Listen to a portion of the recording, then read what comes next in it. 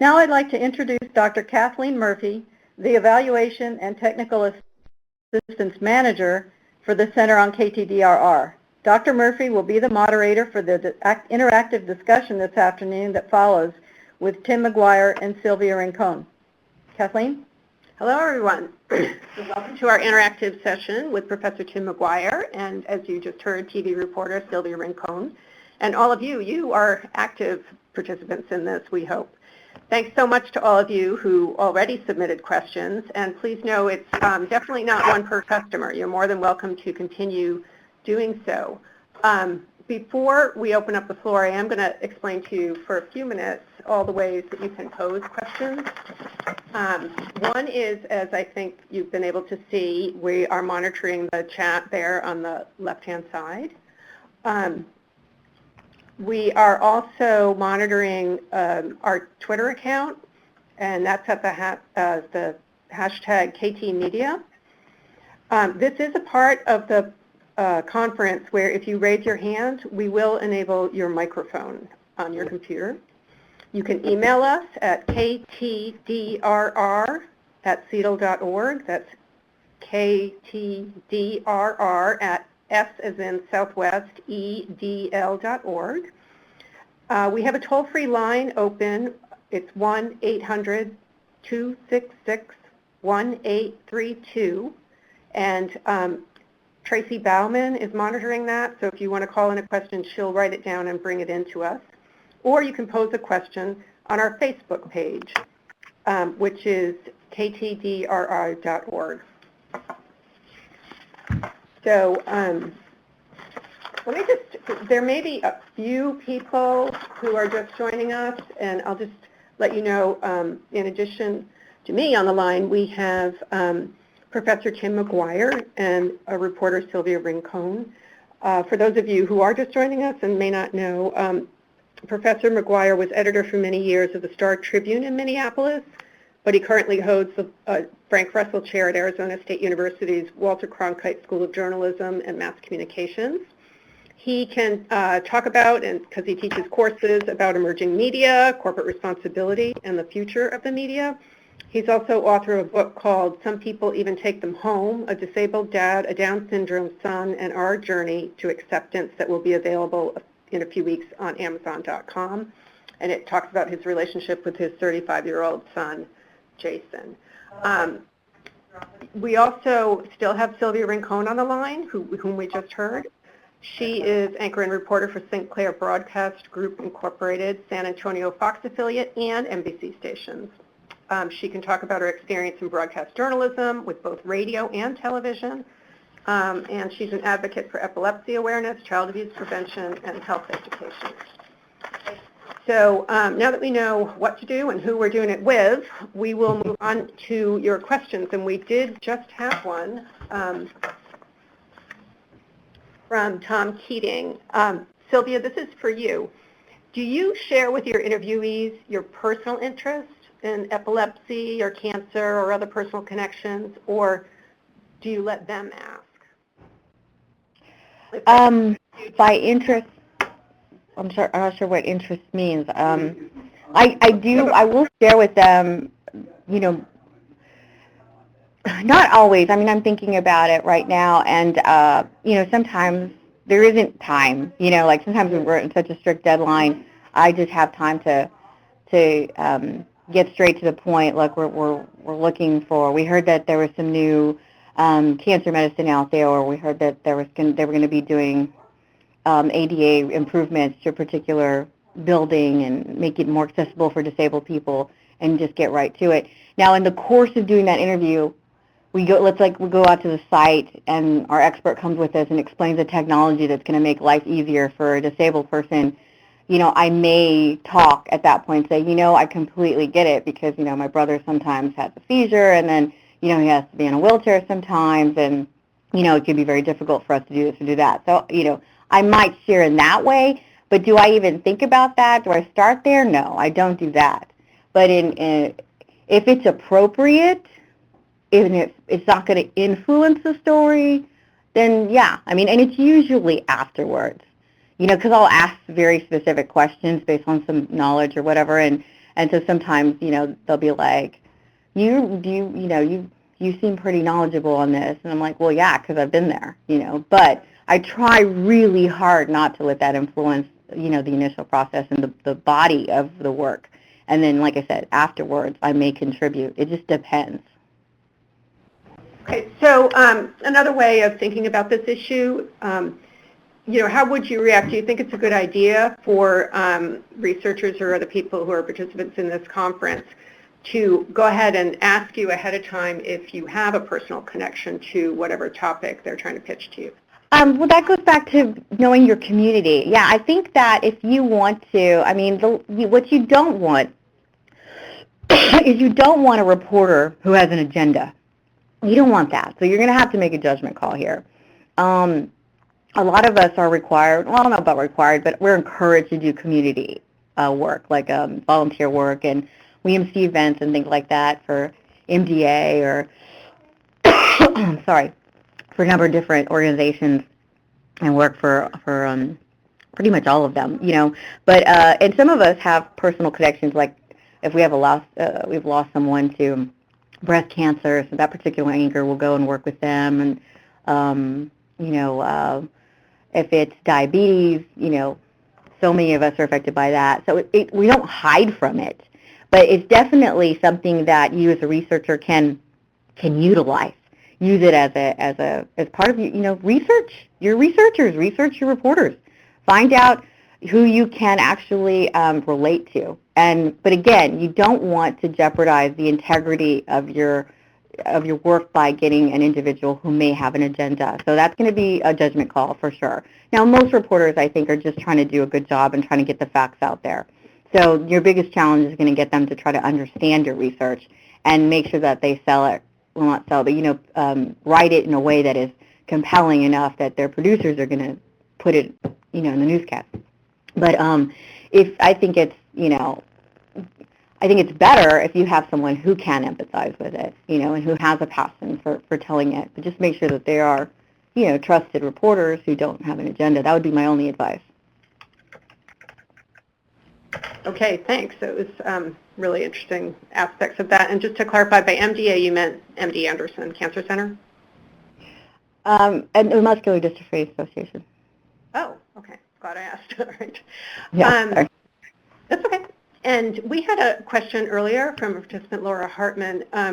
She said, how do we use common online media and assure that we, I think her referent here is researchers, that we are viewed as credible and reliable resources, or does it matter? Well, we'll see your work. I usually, when I go, like when I did the story about over at the Cancer Treatment Research Center here in San Antonio, they had a virus that was kind of like a flu-like virus that they were putting into injecting some of their cancer patients, particularly a 72-year-old lung cancer patient. And this particular virus, for some reason, was recognizing cancer cells and attacking them, but it would make them sick, in order to make them better. But it actually shrunk his tumor significantly. So when we went in, we saw the X-rays, and we saw the process, and it's going to have to be visual. I didn't talk about that in my deal because it was all about you want to just make that initial contact. But it is broadcast media. You're going to have to make it visual. They're going to have to see something, and that's why that character is so important. Because even if it's just like, let's say it's a lot of words and maybe a couple of slides, so you need to have that person who can tell that story, like who's getting helped by a researcher. That person's going to be huge. It's not going to just be you. You have to come in tandem. So you're going to have to prove it in real world ways. Show us the people who are being helped and show us how it's being helped. I'll read the the essay or the notes, the clinical notes, and all that stuff that come out with it. So, generally you're going to put it into like a press release and tell us who you're working with, and it's generally a credible, like a university or a hospital that we know. If I could interject, I think that question had some reference to something I said earlier. The fact is, credentials are not what they once were in the online community. The online community judges your wisdom, judges your credentials, and judges whether or not you deserve to be listened to. That's the very nature of the online community, and it sometimes can be brutal. But you do not get a free pass into a discussion on topics like this just by having certain initials behind your name. It's all about the credibility you display to the community.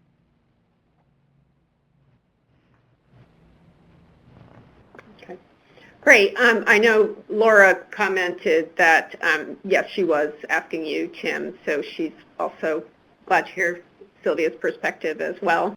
Right. That's exactly what she wanted to know. Thank you. Yeah. So we do have another question from Peg Nozick, and she's wondering, and really either one of you feel free to chime into this, when pitching a story to a reporter or media outlet, should we frame it as positive or negative? For example, which is better? Women with disabilities are excluded from reproductive health care, or new pathways are open for women with disabilities to receive reproductive health care. Are they both? They're both the truth, right? They're just two different perspectives. I would probably do both. I mean, just depending on who your agency is. Because I mean, I'm talking from a broadcast perspective. So again, it's knowing your community and knowing your media. I would say that, I know one particular news room that would go with one headline and another that would go with the other. So I would pitch it to both. But the more, if it bleeds, it leads, would probably go with the negative version, and then the advocacy station would go with the more positive one. Like NPR probably would go with the more positive one, and maybe a Fox or ABC affiliate would go with the negative version. Does that make sense? Yeah, absolutely. So people should put out 2 press releases? And you can put out multiple press releases. Like every different agency should probably have its own catered press release, honestly. I mean, that's what I think. Tim, what do you think? Well, you and I have a very different perspective on this, and I completely understand yours. And you're on the street today, and you're on the street in a very competitive city with a company that has been very hard on costs. But I believe that you should not do 2 press releases. I think you tell the story in the most straightforward way possible. And Sylvia's absolutely right. There's got to be a hook. There's got to be something that grabs people's attention. But I liked her original answer. I'd make both points. Because the more you can educate your repertorial audience, the better off you are. But I do also have a concern about what we might be hearing today about a very cynical approach. Things are tough out there. I said that in the beginning. Everything is blowing up. But in my view, that makes you more the master of your universe. And I don't think you ought to cater as much to a sensational-leaning news media. That's why I believe you develop your own avenues, you find the responsible organizations in your community, and now there are all sorts of new news outlets in your community who are making a real difference. And mainstream media, some of it is participating in what I'd say a race to the bottom, but you don't have to necessarily play with that. And we're going to see over time if the people who gear to a third-grade audience succeed, or if news purveyors who cater to a more sophisticated audience succeed.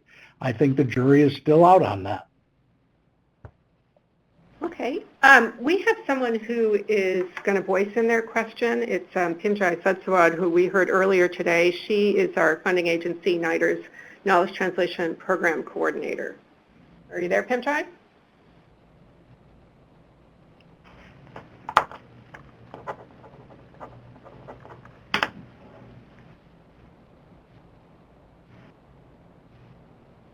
Okay.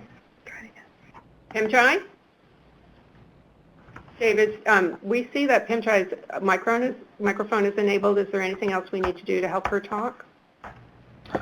She just needs to click on the mic icon up at the top of the meeting room to turn on her mic if she has a microphone connected to her computer. Raise your hand. Pimchai, we're ready to hear your question.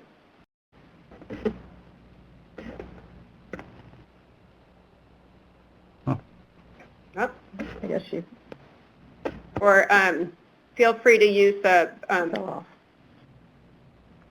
the participant chat if you're having trouble with technical problems on your end. Okay, so turning to another question then, this is from Mark Olson, it's for Tim.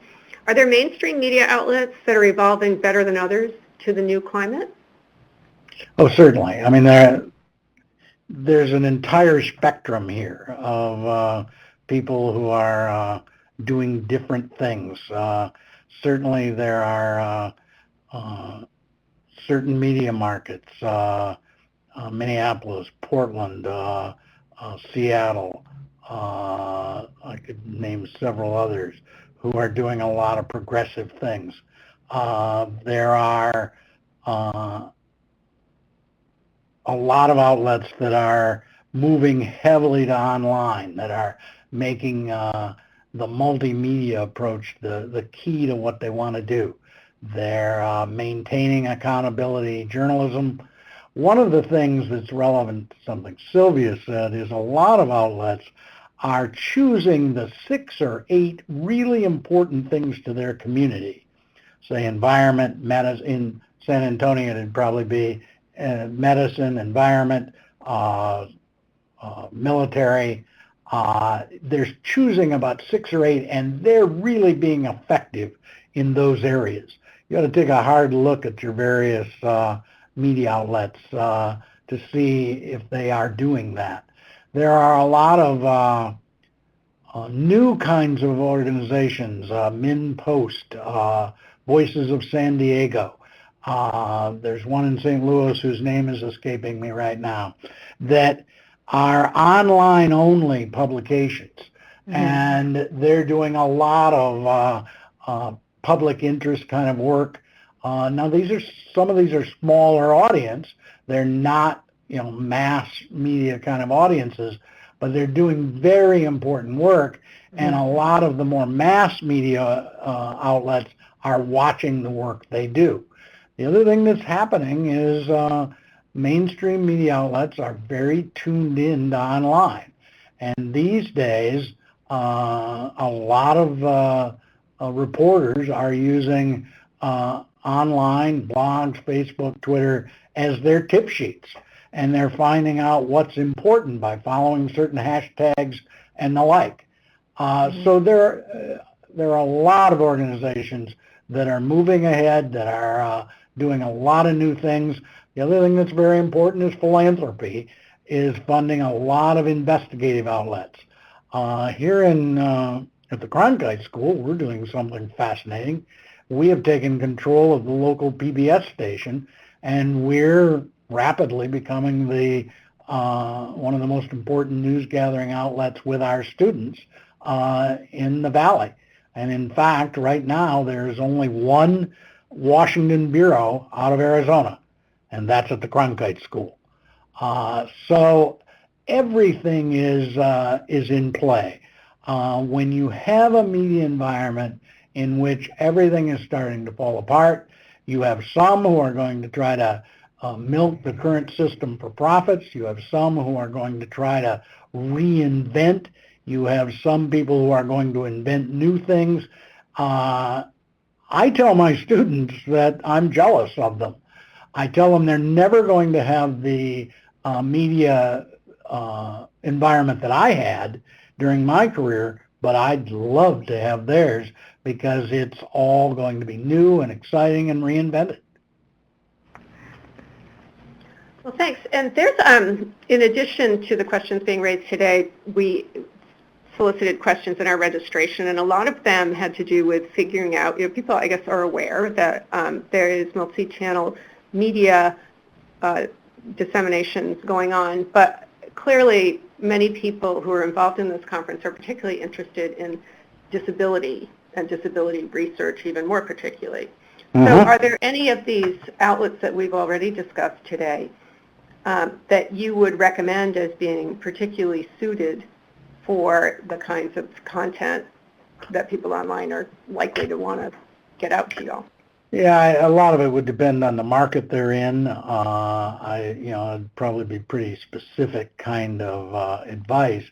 I would think if they survey their local and regional media landscape, they're going to tumble to the kind of organizations that are doing a lot of medical stuff, a lot of educational stuff, but Sylvia made a crucial point that cannot be overlooked. The more your research goes to the core of people's lives, the more it is useful, the more it might change their lives, the more relevance it's going to have to just about any media organization. And that's something that not all researchers spend a lot of time on. And yet, it usually is present in practically all research. How is this going to affect people? How is this going to affect Tim and Jason? How is this going to affect Jason, who's been in a group home for 12 years? Get some analog kinds of images in your head and speak to those and see how relevant you can make the interpretation of your research to them. Sylvia made an important point that you've got to sell the hook.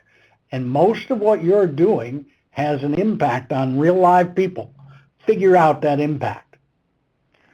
And I would add that, you don't have to go straight to the big broadcasting companies. We peruse all of the foundation websites.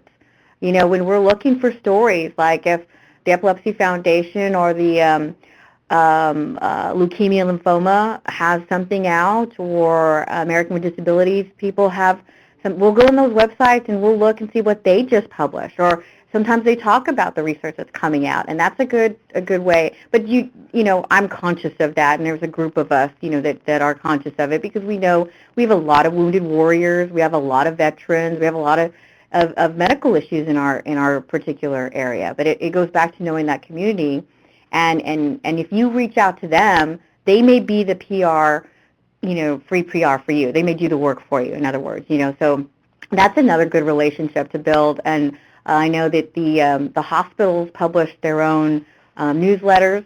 Sometimes we'll look at those. We have a whole group of people up on our assignments desk who look at all the different publications. So, if you want to start there, that's also, we'll be looking at that as well.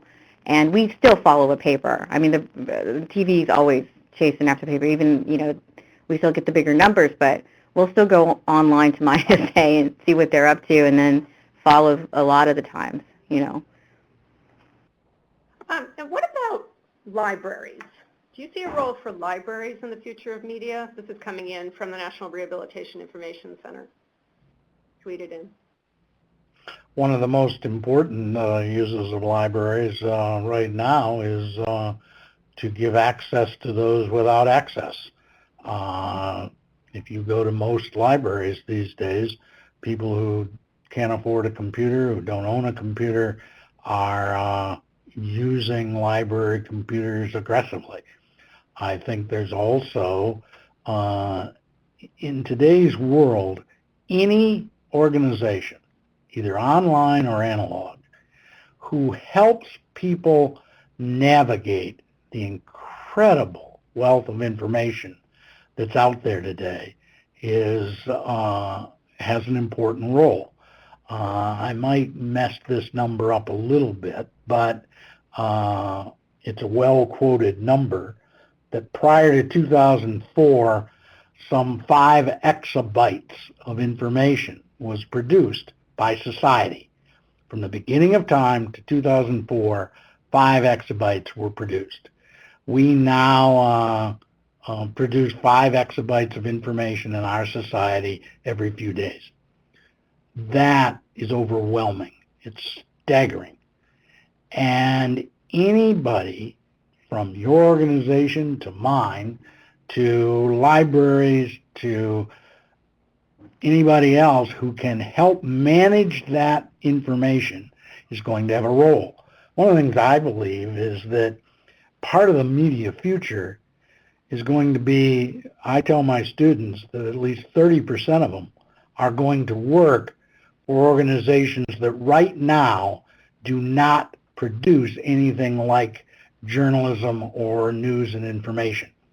I think your major companies are going to become news producers, your major advocacy organizations, an organization like yours. I think eventually you will be hiring journalists who will help you accomplish your goal. Everybody is going to become a translator and a microphone and an organizer of the incredible amount of information that we face. And that's already happening now. A lot of journalists are being hired and recruited by our military, our education to help with all that. And I think, you know, one of the, even within our business, like we talk about this amongst ourselves as reporters, is that, you know, it's freelance journalists, you know, these independent organizations. Yeah, I'm, you know, envious of them because I feel like, you know, that's where the real news is. And so I pay attention to those outlets a lot too. And you definitely, if you have a great story to tell, you know, find a freelancer, so that your story can breathe. Like if it has documentary potential, you can do that, and then the media will pick that up too, and then you get a lot of legs on that for sure. You know, if you can get yourself a filmmaker involved too. I mean, that's just a much bigger picture, but there's just so many different ways, and it's all in play right now. Okay. And so we've talked a lot today about how researchers can reach out to you, and we had a couple of really thoughtful questions sent in ahead of time that talk about when the arrow is going the other way, when because of the kind of work that people do, they can function as a liaison to people with disabilities, and that can be a role that needs to be negotiated carefully. So here's the question. It's a little bit long, but this person says, we are frequently contacted by reporters who want to interview one of our consumers or research participants. These are typically parents with disabilities or parents. While one person's story can be quite compelling, it's often difficult to convey to a reporter that one parent is not representative of all individuals or parents with disabilities. Hence, we are reluctant to suggest one parent who then becomes the focus of a story in which the particular situation becomes overgeneralized to all parents with disabilities. However, if we don't suggest one parent, many of these reporters go somewhere else. And we found the resulting story not only doesn't reflect our research and expertise, but often has inaccurate, partial, or misleading information. So, Sylvia, let's start with you. Do you have any sort of reaction to that or comment? It's not really a question, but. Well, my first reaction to that is, you know, are you having this dialogue with the reporter and saying, look, this one person is not going to represent everybody? Because if you told me that, I would say, well, I still need a story, because that's the truth, right? So I still need to interview this person, but I will say that if you want me to. I mean, this person represents this, but they don't represent, and I'll literally say those words, the totality of this research. There are so many different facets. And I'd probably say for a link on more about what the other parts of this research are doing, or what other, how it's affecting other aspects of this particular topic, go to our website and link on to their deal where you can find out more. but we need we need to start somewhere. And it's going to have to be simple and, to the point. It's summarization, basically, of their work. So how do you do that in a minute 30? So, it's kind of it is what it is, in that, I'm going to need that person. And so of your work, what is the most compelling thing you want out there first? And then have that honest conversation with the reporter about, please also say this doesn't represent the totality of it, and it's a generalization for something, or this person only represents this percentage of this, and have them say that. I mean that's about as honest as a conversation I could have with somebody. I mean that's probably, I could also break it down, like on the web version we have, it's AP style, so we can write longer and do more, but on the broadcast version it's going to be short. Yeah, my reaction is disappointment, for one. And in some cases, you're going to be spitting into the wind. But I believe you ought to have the conversation. I would never give somebody just one. I'd give them 3. We're going to be working together. And then I would keep track of that. How many did they get in touch with? How many did they talk to? And then I'd feel free to talk to management about, how they handled that. And I would probably talk to all 3 if I was your organization, and I'd do my own release and my own discussion and my own blog and everything else about it. Again, that used to be a big issue. But the mainstream media is no longer in control. They're pretending they are, but they are not. And what I tried to say this morning is, you need to understand they're not in control, you are. And there are scores of tools you can use to utilize that control. You can start a Twitter conversation or a Facebook conversation and explain how that wasn't correct. Mm-hmm. Pretty soon, the reporter and the management are not going to be comfortable with your Facebook conversation if it connects with enough people, and they will react. You are in control. Let's say it all together. You are in control. Mainstream media is not. And with each passing day, that becomes more dramatic. So let's say I can concur on the social media real quick. If somebody calls out a reporter on Twitter or Facebook, our management will definitely pay attention to that. But I can tell you before, it would take a lot for them to either retract or correct, or they'd do it probably on the web or something like that. But now, if you do that, then it definitely gets their attention, for sure. Because I would think, the goal is that corrective action isn't needed. So this is another... Right. Yeah, let me interrupt there. I need to interrupt. That comment reflected the belief that you never get in an argument with people who buy by the barrel. That is no longer the case. They don't have the power they once had, either television or print. They simply don't have that power. And so don't worry about getting in an argument with them. Don't worry about avoiding that. In many ways, it will draw more attention to your research and to the integrity of your organization. Don't worry about their power. They don't have it anymore. Well, I think the concern in this particular person's, these are situations where the informant that you're wanting to talk to is someone who is not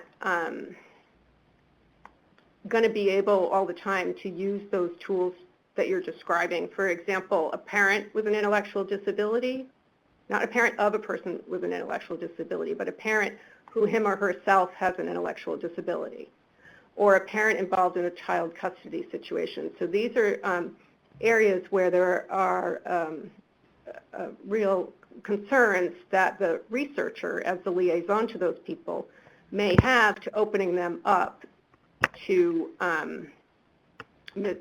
Yeah, in that kind of situation, keeping confidentiality is probably the safest route anyway. Would you ever be open to involving the liaison in I would. the reporting? Mm-hmm. I would. I'd say that would be terrifically helpful. Yes, I agree. Okay, so you would say this is atypical. He says, as explained above, sometimes what happens next is because they've been asked for that role and the reporter has said no, so the reporter then goes out on their own to find such a parent, and the resulting story, and then he repeats, is problematic. So you're suggesting that maybe go find your own reporter then. Yep. Yeah. That's Yeah, right. absolutely. That goes back to that whole idea of building relationships with trusted reporters. You do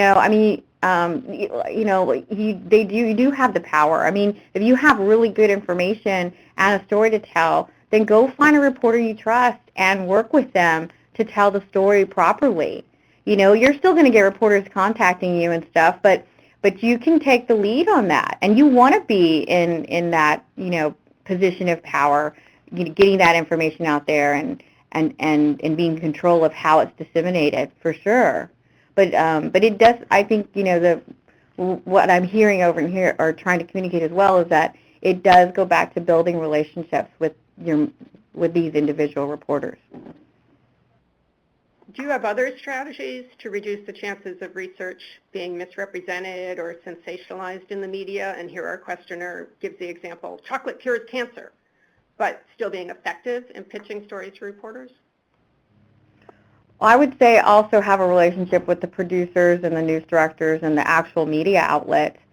There's no rule saying you can't call the news director and say, hey, there have been times when we had issues with the police department, and so we forged sort of a relationship where we said, okay, well, they weren't playing with us, and so we're going back and forth about open records acts and stuff, and they were saying, oh, you keep getting it wrong. And I said, okay, well, you tell us, let's work on how to do it right. And that was a meeting that involved reporters, producers, and news directors.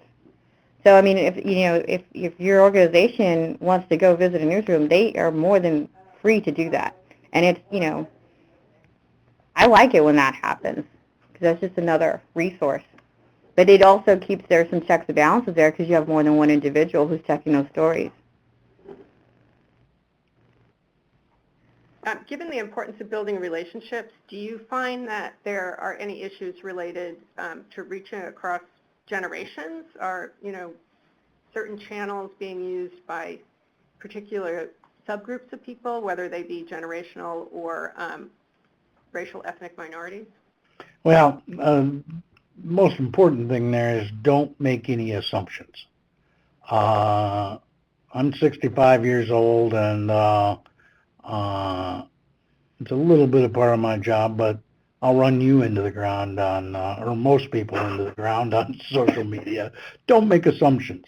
Too many people are crossing those lines these days. Socioeconomic, racial, disabled, intellectual, age.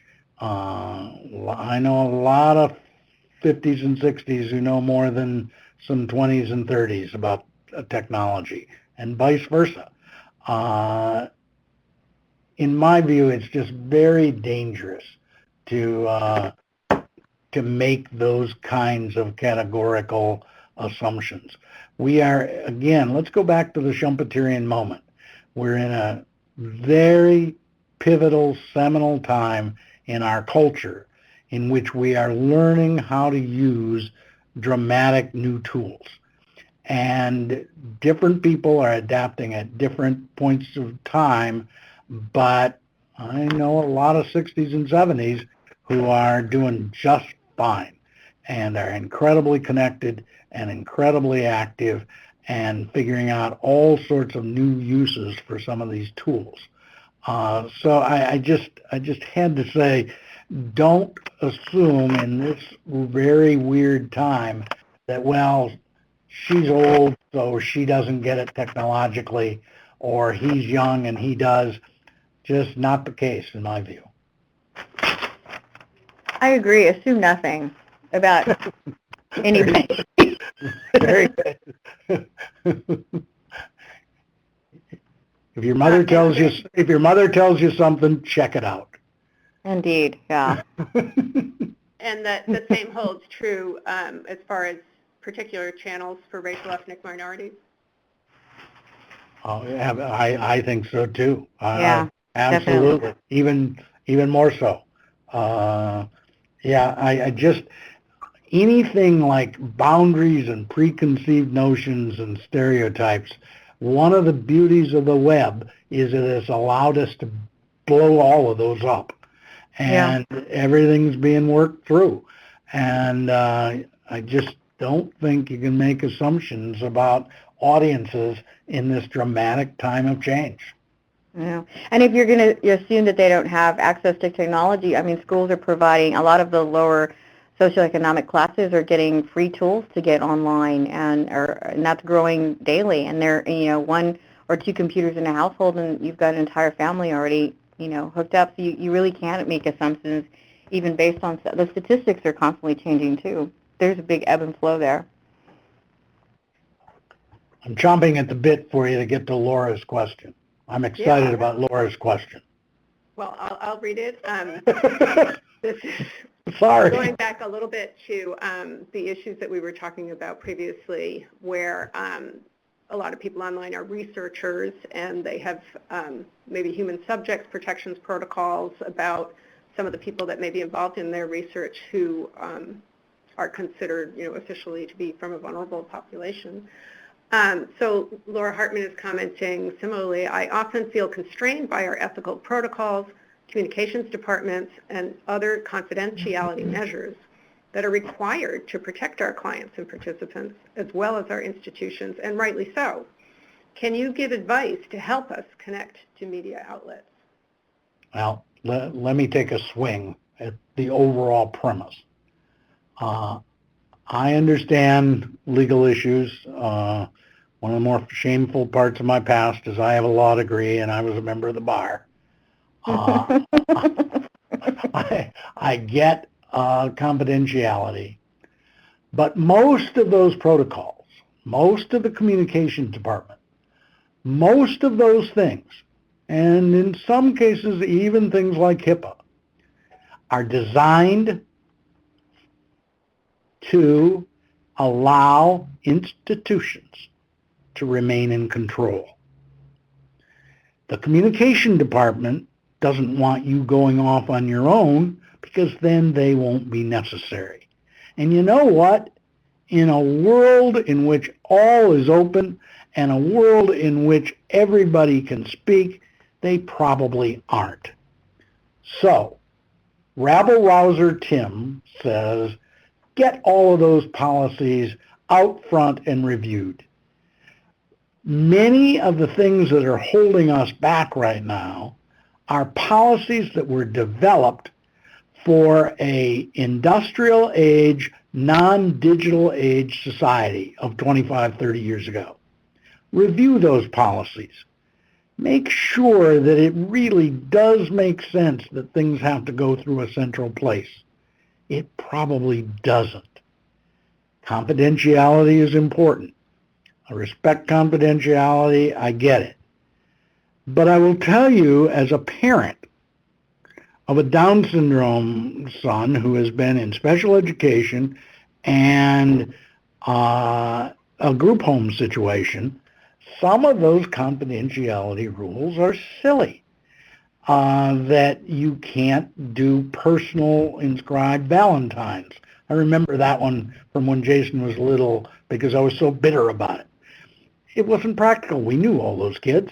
We knew their parents. Some of this stuff is in desperate need of review because it was for a different society.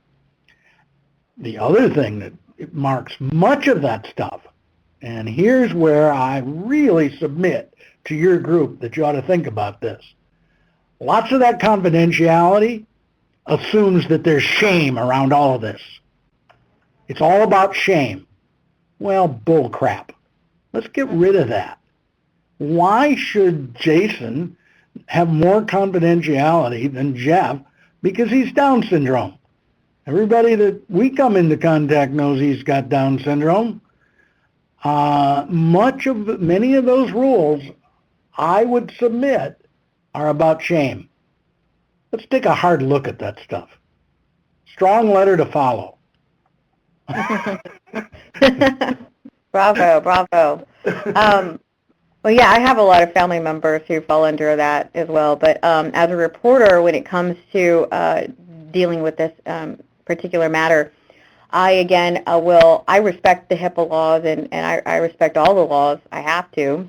And we just ask. I mean, that I will assume nothing, but I believe most institutions have a communications department or public relations or external affairs people that can help you through this. I've rarely encountered a situation where I can't do a story because somebody was not made accessible. It may take longer. I may have to wait a few days until they can sort through the different patients or people that can talk to us and make sure that they sign a release and make sure they agree that they're doing this of their own free will to go talk to the media and that they're okay with it. But they'll generally vet these individuals for us, and we'll patiently wait for someone who can talk to us. I mean, I do anyway.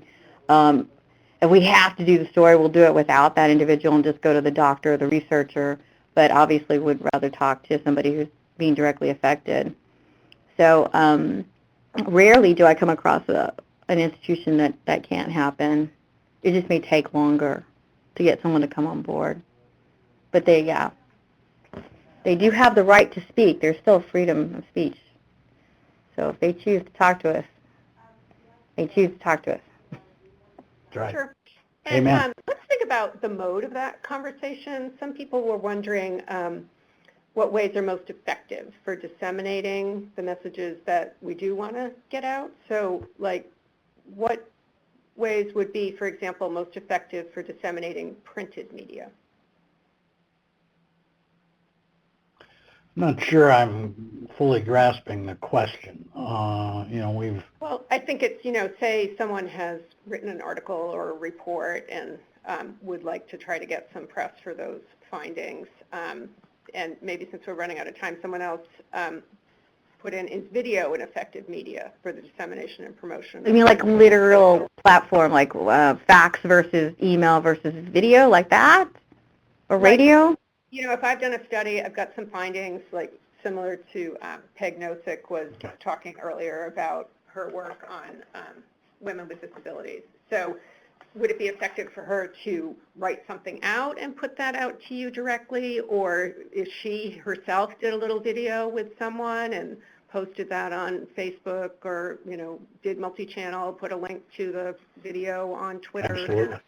All of the above, or I think social media. Excuse me. I think social media is a terrifically important thing.